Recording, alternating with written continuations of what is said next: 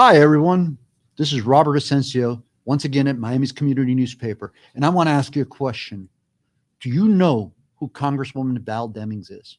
Well, let me tell you a little bit about her because she's here joining us today. Congresswoman, welcome. But let me tell the audience a little bit about yourself. You are a U.S. representative representing Florida's 10th congressional district, have done that since 2017. That's the Orlando area. And from 2007 to 2011, you were the chief of the police department of the city of Orlando. Admirable. You spent 27 years in law enforcement, and we have something in common. I spent 26 years in law enforcement before I went on to the House of Representatives. So I thank you for your service and your continued service to this country. Let me ask you, Congresswoman, welcome again. So good to have you here with us. Were you in the Capitol during the January 6th insurrection? Well, Robert, first of all, thank you so much for inviting me. It's just an honor to be here with you. And yes, I was in the Capitol on January 6th. We were so excited about the opportunity to witness the peaceful transfer of power, which is like an American tradition. And I remember being there, after finding out that I was going to be in the first group of 72. We had limited numbers in the House of Representatives on the floor because of COVID. And we were there were some members who were freshmen. They had only been in Congress for about 3 days. We were in the House gallery. We were high-fiving and taking selfies because it was a good moment for our nation. And, I reflect back to the inauguration in 2017 when President Trump was sworn into office. I wanted to be there on Inauguration Day, too, because it was about watching the peaceful transfer of power because the people had spoken. So we were there January 6th. The proceedings began.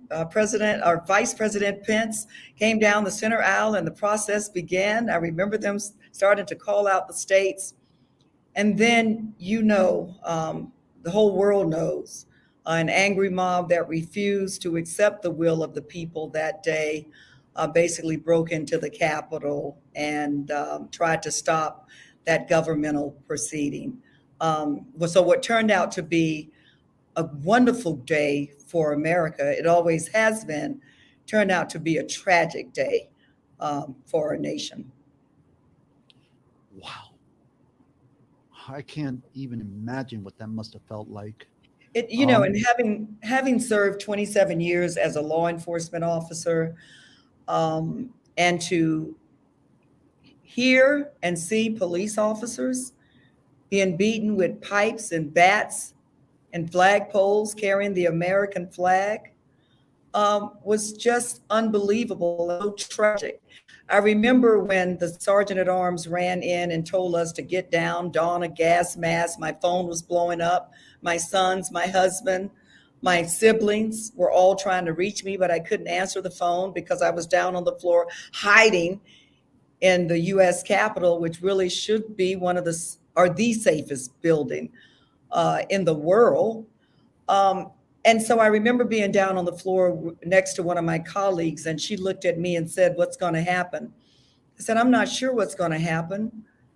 And I said this, Robert, as a law enforcement officer. I said, "But if we all die today, then if we are who we say we are as a nation, if the Constitution, the rule of law, and our democracy mean anything, then another group will just come in and certify the ballots, declaring Joe Biden as the president and Kamala Harris as the vice president, because the people had spoken. And our job is to carry out, as elected officials, the will of the people." Now, I'm thankful and grateful, because I'm a woman of faith too, that we were able to resolve the situation after, we were basically shut down for hours, but we went back to the House floor, and it was so important for us to go back on that day, despite efforts to basically stop the process and pull off an insurrection. We went back that day, and in the wee hours of the morning, we certified the electoral ballots and we moved on. But it was a day I will never forget. You know, that's certainly not what I thought would be the most memorable day in the U.S. House of Representatives. But right now, it is a day that I will never forget. So, Congressman, New York Times recently released an article roughly a month ago, a little over a month ago, and it was titled "The Capitol Police and the January 6th Scars," and it highlights the from the Capitol Police perspective what a timeline of events from Caroline Edwards, who is a U.S. Capitol Police officer, 31 years old at the time, who was beaten, the first officer to go down, beaten with bike racks and poles, as you mentioned, and pipes, all the way to the officers taking their lives and the scars that are affected and remain with them. How do you feel as a law enforcement chief, as a former law enforcement officer, who I will always say that you probably always be a cop? I will, How do you yes, feel about that? I am a law enforcement officer who got herself elected to the U.S. House of Representatives. But Robert, I just, I remember one of the most memorable points in that day too was when, I knew the officers were out there, and having served as an officer, I knew those police officers would do anything they had to do to protect us, because that's what they do. And when the sergeant at arms ran in and said that there had been a breach, I knew they were making a lot of noise and there were things going on. But when I heard there had been a breach and I heard the glass breaking and doors being smashed, I had this unbelievable feeling, a feeling like, I had never really had before, even as a law enforcement officer on the street in some pretty scary places. Because I knew there had been a breach, that police officers, whatever battle they were in, they were losing that battle, because I know they would have died trying to protect us. And it just had the most chilling effect. And look, I talk to the Capitol Police. I take time to talk to them every day. I certainly make sure to take time to talk to them post January 6th. And you talked about the scar and you talked about the memories. Look, they will never be the same. If there was an officer on duty that day who went through that experience, they will never be the same. But because of who they are, because they, unlike the people who broke into the Capitol, or unlike members within the House and Senate who tried to make wrong right, and January 6th was dead wrong, those officers that day did not forget their oath. They fought, many of them lost fingers and had bones broken. And we know about the deaths of officers having gone through that horrible situation. So I know that they will never be the same, and they will certainly never forget that day. And so I think about what the members of Congress and our staff did not deserve to be terrorized that day. But I know those police officers who were out there fighting the front line. You're right. They took bicycle racks, the rioters, and they used bicycle racks as deadly missiles, basically, against other police officers. So we owe a debt of gratitude, not just members of Congress and our staff, every employee in the House Capitol, but also the United States, for what they did that day to protect and defend democracy. Wow. So one quick, because I'd like to move to a couple topics, and we haven't even touched on the fact that you're running for U.S. Senate. Okay, you're running to unseat current U.S. Senator Marco Rubio, but I want to get to that in a minute. But I want to ask you one last question about law enforcement. What message do you have for our brothers and sisters who are still on the job, who have retired, who really feel that the government has left them behind? You become our senator. What message do you have for them? Robert, look, I spent 27 years as a law enforcement officer. I am a law enforcement officer. I had the honor, I worked in every rank at the police department, the honor to work my way up through the ranks to become the chief of police, the 36th chief of police, serving the citizens of Orlando, what I know is that no great society anywhere, regardless of its economic base, can exist without law and order, can exist without the brave men and women who risk their lives every day for people they never met before. Yeah, we've had some issues, and what we need to do is isolate those issues, but we can never forget, and I don't want the officers to ever forget, that they're the good guys. The overwhelming majority of law enforcement officers are good, decent, hardworking, honest people who risk their lives every day. Robert, you and I are able to sit here and have this conversation, have this discussion because police officers are patrolling our streets and our communities and our neighborhoods all over the nation. I used to tell the officers that, look, we wear the badge over our heart. We wear the badge over our hearts as a constant reminder of the heart that we have to do a job that can be dangerous every day. And I just thank them so much. And I want them to understand, although there may be some who make them feel like the majority is not with them. I talk to people every day who live in some of the most crime-ridden communities, some of the most affluent communities, and they all are very grateful and thankful for the job that the brave men and women in blue, some in brown, some in green, do every day. So never forget that. Keep your heads up and stay safe. Well, thank you for those words, Congresswoman. So let's jump to current affairs before we get into your run, because it's really exciting. You have some opponents on the primary side, but by all accounts, you are the top tier candidate, and I want to get into why the Democrats who will vote for you in the primary, the August 23rd primary. I want to get into why they should vote for you. But before we get into that, I know as a former member of the military, special operations community, we have some hard times ahead of us because of Russia's invasion of Ukraine. Can you talk as a member of Congress?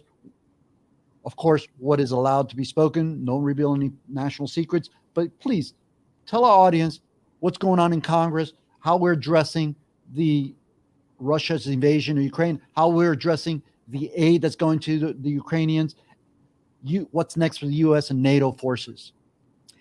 Well, first of all, Robert, look, it didn't fall on deaf ears that you have served our nation in a very special way, and I want to thank you for your service. And that's really what this moment is about. I think we've all learned in the last a little over 2 weeks now is that what happens around the world has a direct impact on the United States of America, a direct impact on Americans. And Robert, I cannot forget, a couple of years ago, we were involved in an impeachment inquiry. And if you remember, the first impeachment trial, in which I had the honor of serving as one of 7 impeachment managers, was about withholding much needed military aid from our ally, Ukraine. And so now we find ourselves, and let me make it clear, Ukraine was in a hot war at that time. And that impeachment trial was about withholding military aid. But now we know that Russia has invaded Ukraine. And I know as a former police chief, a former law enforcement officer, that the best way to hold bad people accountable, and Vladimir Putin is a bad person. He's a dictator. We know what he's done to his own people.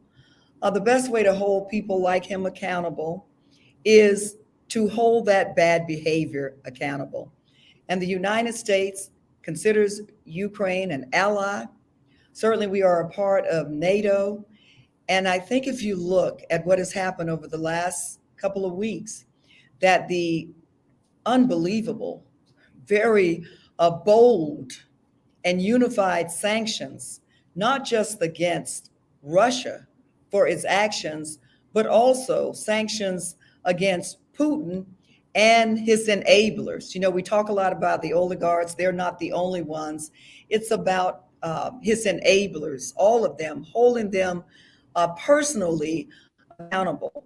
We've seen the real time effects of the sanctions that we've imposed. But the other remarkable thing is that the unifying of our NATO allies. As you know, they have come to the table, and we are a unified force to make sure that we support Ukraine and President Zelensky, but to also make sure, as the president has said time and time again, that basically not 1 inch of any incursion into a NATO country will be tolerated. As you know, we are continuing to supply weapons and other support, humanitarian support to Ukraine. We have watched, Robert, civilians, children, women, and men, innocent people, being killed at the hand of this heartless Russian dictator. And he deserves to be held accountable. And I think the United States has shown remarkable leadership in its support of Ukraine, unwavering support, but also in bringing our NATO allies together in that support. So last night, the Senate passed a $1.5 trillion omnibus government spending bill, right? The budget so that the government continues to operate. $13.6 billion, I believe, went to, I'm sorry, the 1.5 trillion. And out of that 1.5 trillion, $13.6 billion was earmarked for Ukraine assistance. I also know that our Senator Rubio, both senators, Rubio and Scott, voted against that. Can you speak a little bit about the consequences of that if that bill had failed to pass, what that would have been for the U.S. and our allies? You know, Robert, what I do know is that public service is all about serving others. And, you know, one of the things my husband likes to say is that you can make your mouth say anything. And what we have heard time and time again is Florida's senior senator run to a microphone, run to Twitter, run on whatever program he can get on and talk about supporting Ukraine. But I don't think lip service will save the life of any man, woman, boy, or girl who is under attack in Ukraine. They need our help. And we've heard that from President Zelensky. We've heard that from our NATO allies. We've heard that from people on the ground there. And the $13 billion that you spoke about is the kind of help, in addition to the weapons that we are supplying, that Ukraine needs. And so, what I can say is that, look, it's not what you do. It's about completing. It's not what you say. It's about doing what you say you're going to do.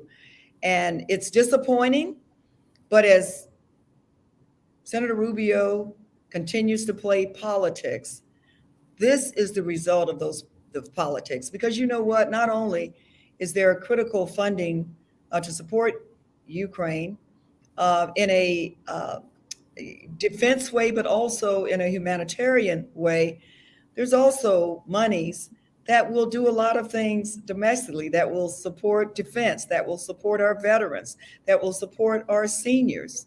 And certainly, those are the kind of issues that Senator Rubio should be concerned about. So it's not what you say. Don't just listen to what they say.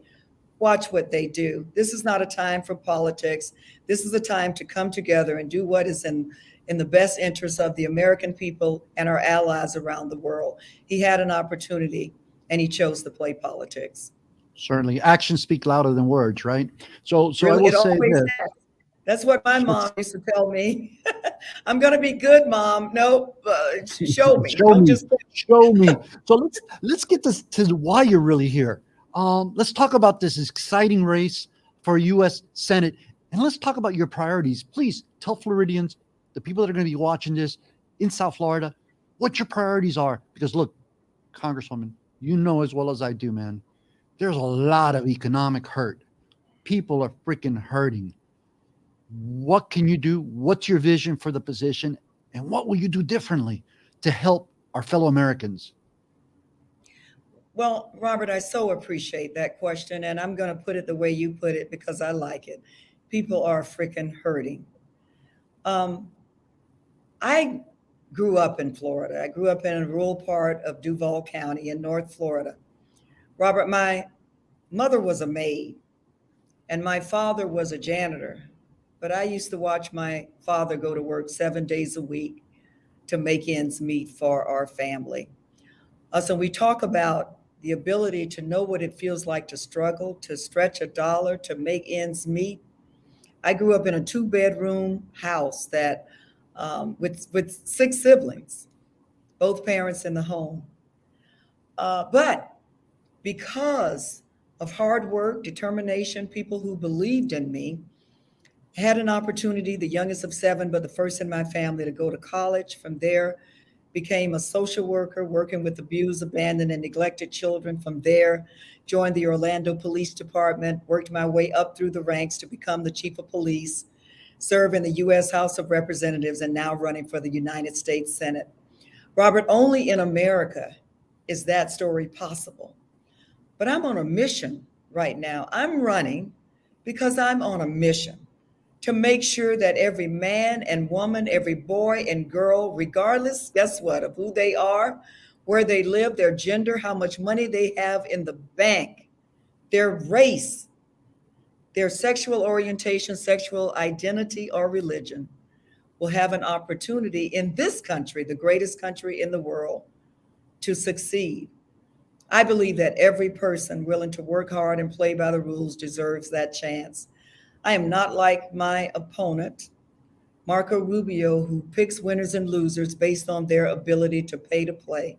Because of my own struggles going up, my own challenges, but my own triumphs. I want to work hard, not pick and choose the people that I want to work for. But I believe every Floridian, every Florida family deserves representation. Representation who cares about things they go through every day. We see the rising costs in the grocery stores. Boy, I remember those days. When I look back now, I don't know if my parents made it, but somehow they did. We see the rising costs at the gas pumps. But you know what? As a member of Congress, I also get the opportunity to talk to people every day about those rising costs. Talk to seniors who are cutting their pills in half, trying to stretch them further than they should. That's not who we are. And Floridians deserve better. And so I'm running to give everybody an opportunity, work on behalf of Florida. If it's good for Florida, if it's good for Floridians, then it's good with me. If it's bad for Floridians and bad for Florida, it's not good for me. Florida deserves to have someone who's going to stand up and speak up on their behalf, work on their behalf. You mentioned Senator Rubio voted against the omnibus bill. Why? We need to keep the government running so we can keep working for the people. I know what keeps them up all night because I heard their stories as a social worker, and I heard their stories as a law enforcement officer, and I heard their stories as a member of the House of Representatives. And believe me, the best indicator of future performance is to look at past performance. I will hear their stories as a member of the United States Senate. And I look forward to being elected and working on the people's behalf. Certainly. So real quick, I know that yesterday the session, legislative session, well, ends today officially, but I know that yesterday pretty much in Florida's legislative session ended because they adopted the budget. And the budget is roughly $112 billion, the largest budget ever in the state of Florida. And today I'm reading the articles from the majority party who's touting the amount of good that they've done with this budget. However, what's not being shared is the fact that a good portion of that $112 billion budget is subsidized by the federal dollars, subsidies, dollars that came for aid. And I want to make sure that people are clear here and get your point on helping all as opposed to helping the fortunate few. It's absolutely correct, Robert. We were able to get through the last 2 years, which were tough. Dealing with the public health pandemic, number one, in the early days, just trying to figure out exactly what we were dealing with.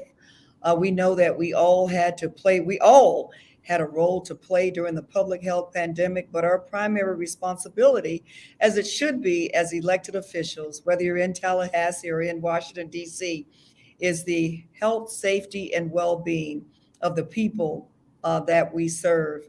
You know, in the House in DC, we got busy with the American Rescue Plan to make sure that we kept those small businesses open, which we say are the backbones of any community. And that's absolutely right, to keep employees on the payroll, because we know it was devastating enough going through a public health pandemic, but we did not want people to lose their jobs and not be able to support or their families much needed monies for our frontline workers or healthcare workers, personal protection equipment. In the early days, we didn't have enough personal protection equipment, but making sure that they did, putting money in pockets. Families were struggling. You know how I know? Because I heard from them. I met with them. I listened to their stories. Families were struggling. We couldn't give them enough, but we wanted to help bridge the gap so they could stay in their homes, pay their rent, give their children lunch money. And so, you know, the federal government has played a major role in supplementing our budget when Florida needed it the most. Look, I don't have a problem saying, look, we came together during tough times and worked together, and we were able to pass this budget because of the federal dollars that we received. That's what a partnership looks like, Robert. It's not about being Republicans or Democrats. It's about coming together to do what is in the best interest of the people that we represent. So if the majority party won't tout it, I'm not afraid to say it is because of the federal dollars that came into the communities, that kept us afloat, kept us together, kept us going, kept the trains running, if you will. And there's still more work to do, but we know the real story, and I'm proud to tell it.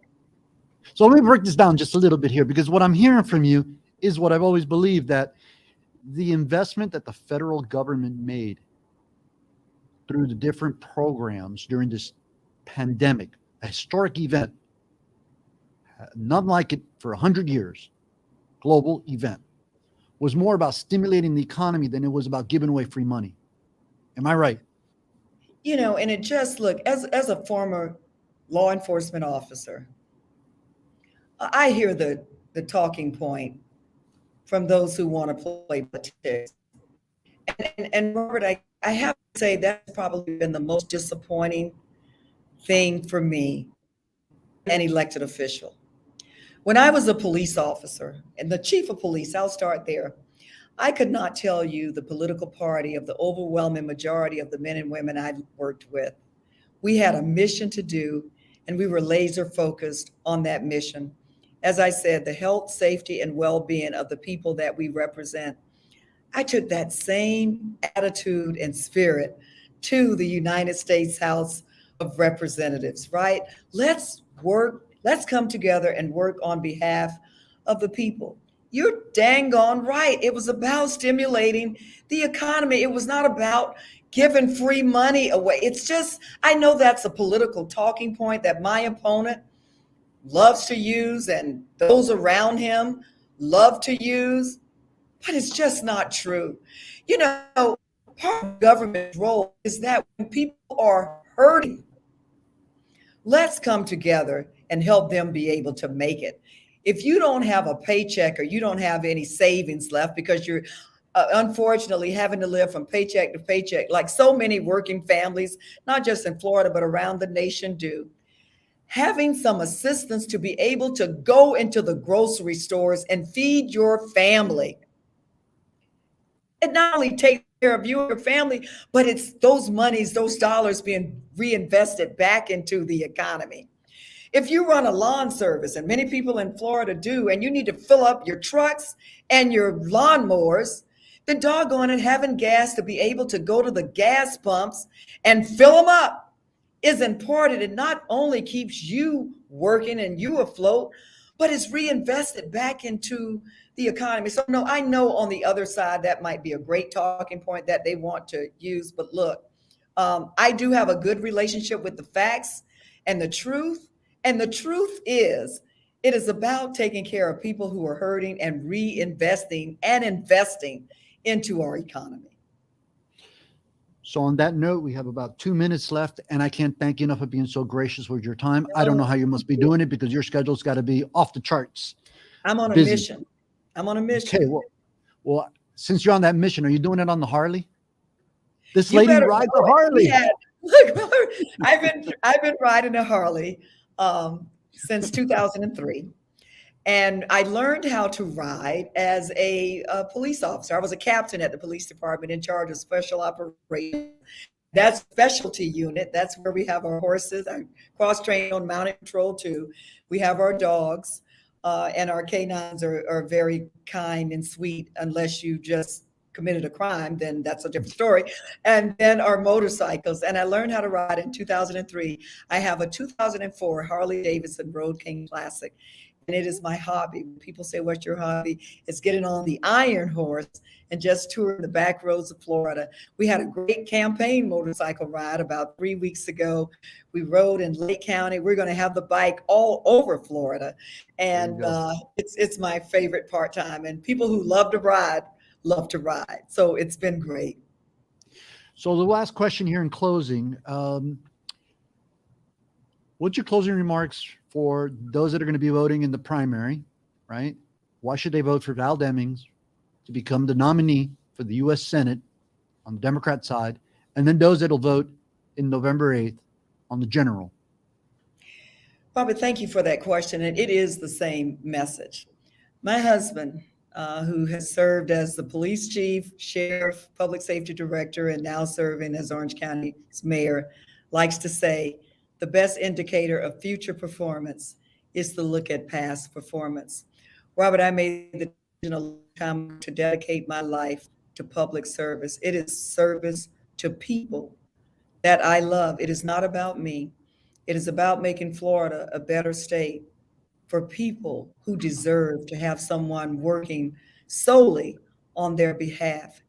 I've served as a law enforcement officer. I not only dealt with the worst of the worst criminals, because violent crime, the reduction of violent crime has to be a number one concern, because all of the other things that we care about kind of rest on safe communities, but also those quality of life issues that people worry about every day, like affordable housing, like healthcare, seniors being able and others being able to afford their life-saving medication, protecting voting rights and women's rights, making sure that America lives up to its promise, that America works not just for the privileged few, but for every person. I say that as the daughter of a maid and a janitor, a person who the state of Florida and this nation has been good to. I'm on a mission to create those same opportunities for people who deserve to have someone working on their behalf. I look forward to continuing public service in the United States Senate. And I would ask, because I've always asked and did my best to earn the support of the people, I would ask you to vote for me in the primary and in the general election. Val Demings for United States Senate, valdemings.com. Thank you. Well, there you go. Congresswoman, we can't thank you enough. For those of you out there watching this, please drop us a line. Let us know your thoughts. And we're scrolling down the name of the website of the Congresswoman if you want to get involved in her campaign and help her become the next U.S. Senator. To be transparent, we've asked Senator Rubio to come out to this show and give us his platform on why the voters should vote him back into office. Congresswoman, on behalf of the Miami's community newspaper, we can't thank you enough. Grant, Michael Miller, Andres, and the whole production team, we can't thank you enough. More importantly, you guys who are out there making this show happen. Thank you so much. Have a great day, and until the next time, we'll see you